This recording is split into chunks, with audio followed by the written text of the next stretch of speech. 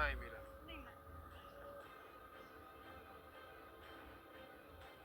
ወዴት ነው? ትንሽ አውራኝ እንጂ። አሁን ጥሩ ሙድ ላይ አይደለም። ደስ ሲል ምን ነው ደስ የሚል? ማለቴ ያው የመጣሁበት ደስ ይላል ማለት ነው። አልገባኝም። ቆይ ምን ልትይኝ ፈልገሽ? አሪፍ ሙድ ላይ አይደለሁም አላልከኝም? እና የኔ አሪፍ ሙድ ላይ ያለ መሆኑ ምን ያስደስታል? ማለቴ ያው እኔ ሙድክን ማስተካከል ስለምችል ብዬ ነው። ፈቃደኛ ከሆንክ። የማንም እርዳታ አያስፈልገኝም። አትጨነቅ። አስቸግራታለሁ ብለህ ፈርተህ ከሆነ ምንም ችግር የለውም። አመሰግናለሁ። ቆይ ግን አንተ መቼ ነው የሚገባው? ምኑ ነው የሚገባኝ? ፍቅሬ ነው። ቆይ ለምንድን ነው የምትርቀኝ? ስንቴ ልንገርሽ? እኔ የምወዳት ፍቅረኛ አለችኝ። ኡፍ ያችን መናጢ ደሃ ነው እወዳታለሁ የምትለው? ይኸውልሽ ሚላ፣ እኔ በሊዱ ቀልድ አላውቅም። እሷ የገንዘብ እንጂ የስብና ድሃ አይደለችም። እሺ ታውቃለህ አይደል እኔ ሀብታም ልጅ እንደሆንኩ። እናማ ያው እኔ አንተን ያፈቀርኩ ለሀብት እንዳልሆነ አውቅ። ይኸውልሽ እኔ አፍቃሪን አከብራለሁ፣ ግን ደግሞ ለአንቺ መሆን ሰው አይደለሁም። ምክንያቱም እኔ ሊዱን በጣም ነው የምወዳት። በእናትህ የዛችን መናጢ ስም አስሪያ ትጥራብኝ። አንቺ ዝም ብለሽ ስለማታውቂው ነገር አታውቂም። የኔ ቆንጆ አሁን ምንም ብልህም አሰማኝም፣ ምክንያቱም ፍቅር አውረዋል። አትሳሳች። ከመቼውም በላይ አይኔ የተከፈተው አሁን ሊዱ ማየት ስጀምር ነው። የኔ ፍቅር ይኸውልህ ሁሉም ነገር የሆነው አንተ ደረጃን ስላላወቅህ ነው። እኔ ራሴን ጠንቅቄ አውቃለሁ። በአምሳሉ የፈጠረኝ ሰው ሰውን ሰው በመሆኑ የምወድና የማከብር ሰው። አንቺ ግን አንገትሽ ላይ ባለው ወርቅ ራሽን ከፍ አታርጊሽ። ኦፍኮርስ ስላለኝ። እኔ ግን አንቺ አንገት ላይ ካለው ጌጥ በላይ የሊዱ አልማዝ የሆነ ስብዕና ስቦኛለሽ። ቆይ ለምንድን ነው የማትረዳኝ?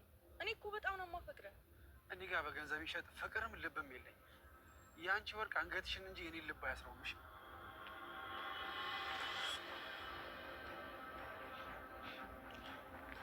በአንተ ፍቅር መቼም ተስፋ አልቆርጥም። የትም አታመልጠኝ። ደህና ናት።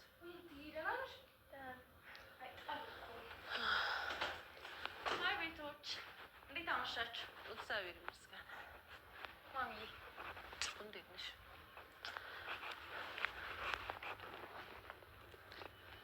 ማሚዬ ምን ሆናችሁ ነው? ቆይ ምን ተፈጥሮ ነው? እስኪ ተይን እንዴ ማሚ ምንድን ነው? በእኛ የደረሰው በሌላ ዘር አይድረስ። በጣም አስጨነቃችሁ እኮ። ቆይ ምንድን ነው የተፈጠረው? አቤልም በጣም ተናዶ ነው የወጣው። ኧረ እስኪ ተይን።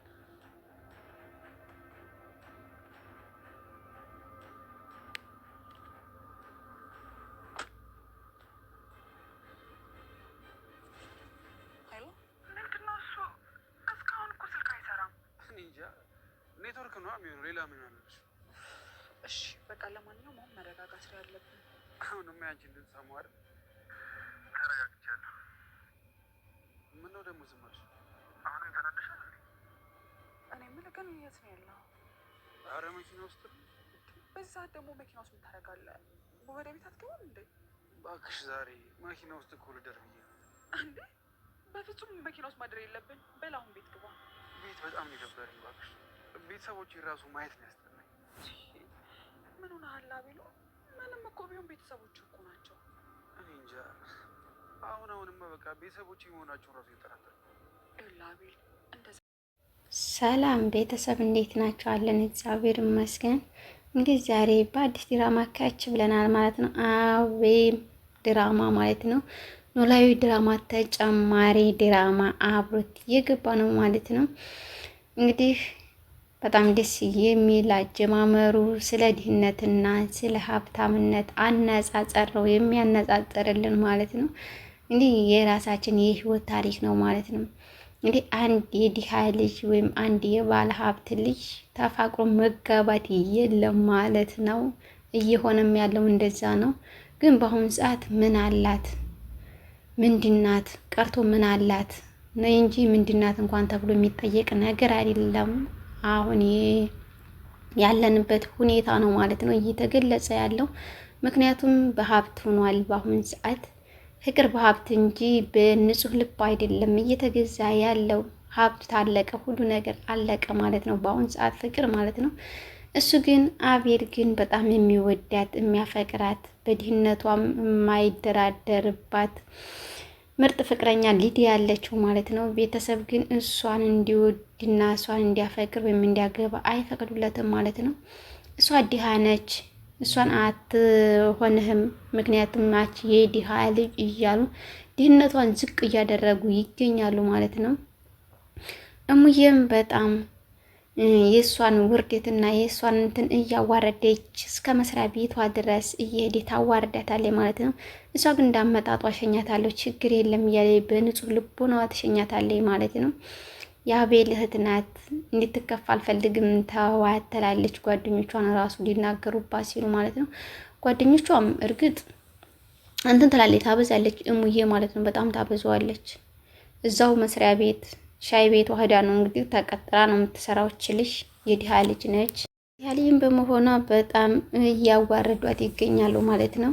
እንግዲህ ሀብታምነት ልብን አያስርም፣ ማንነትን ጌጥን እንጂ ልብን ነገር አያስርም እያለ አቤላም እየተናገረ ይገኛል።